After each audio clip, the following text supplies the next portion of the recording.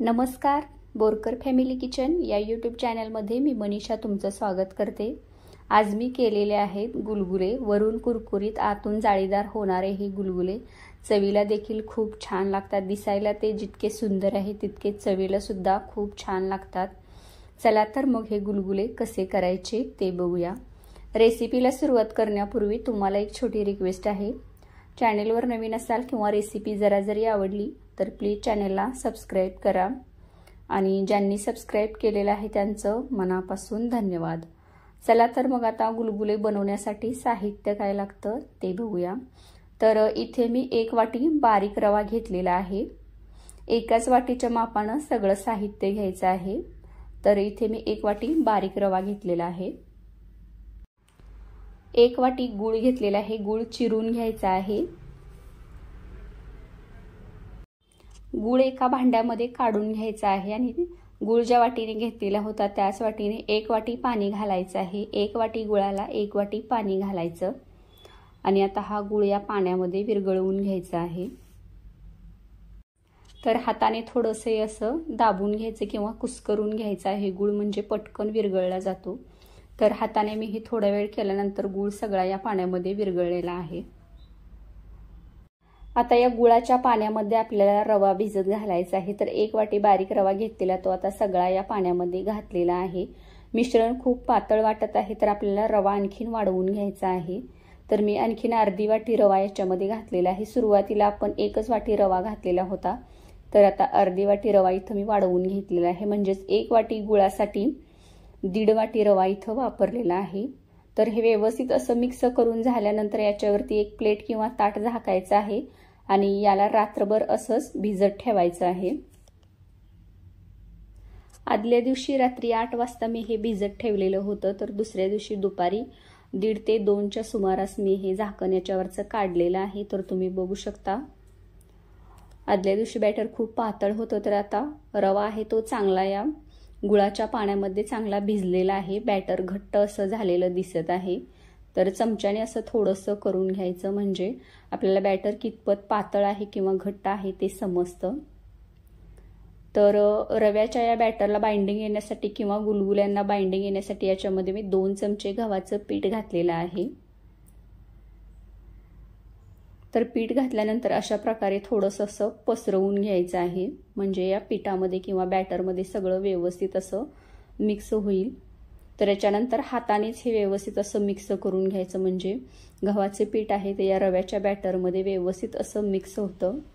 पीठ कोरडं राहत नाही म्हणून हातानेच हे करून घ्यायचं आहे। गव्हाचं पीठ घातल्यानंतर हे बॅटर मी व्यवस्थित असं मिक्स करून घेतलेलं आहे।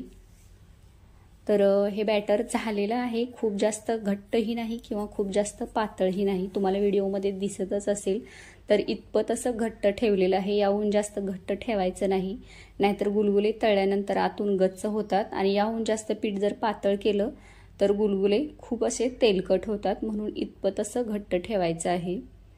तर हे बॅटर व्यवस्थित झाल्यानंतर याच्यामध्ये मी अर्धा चमचा सुंठ पावडर घातली आहे, पाव चमचा वेलची पावडर, चिमूटभर मीठ आणि पाव चमचा बेकिंग पावडर घातलेली आहे।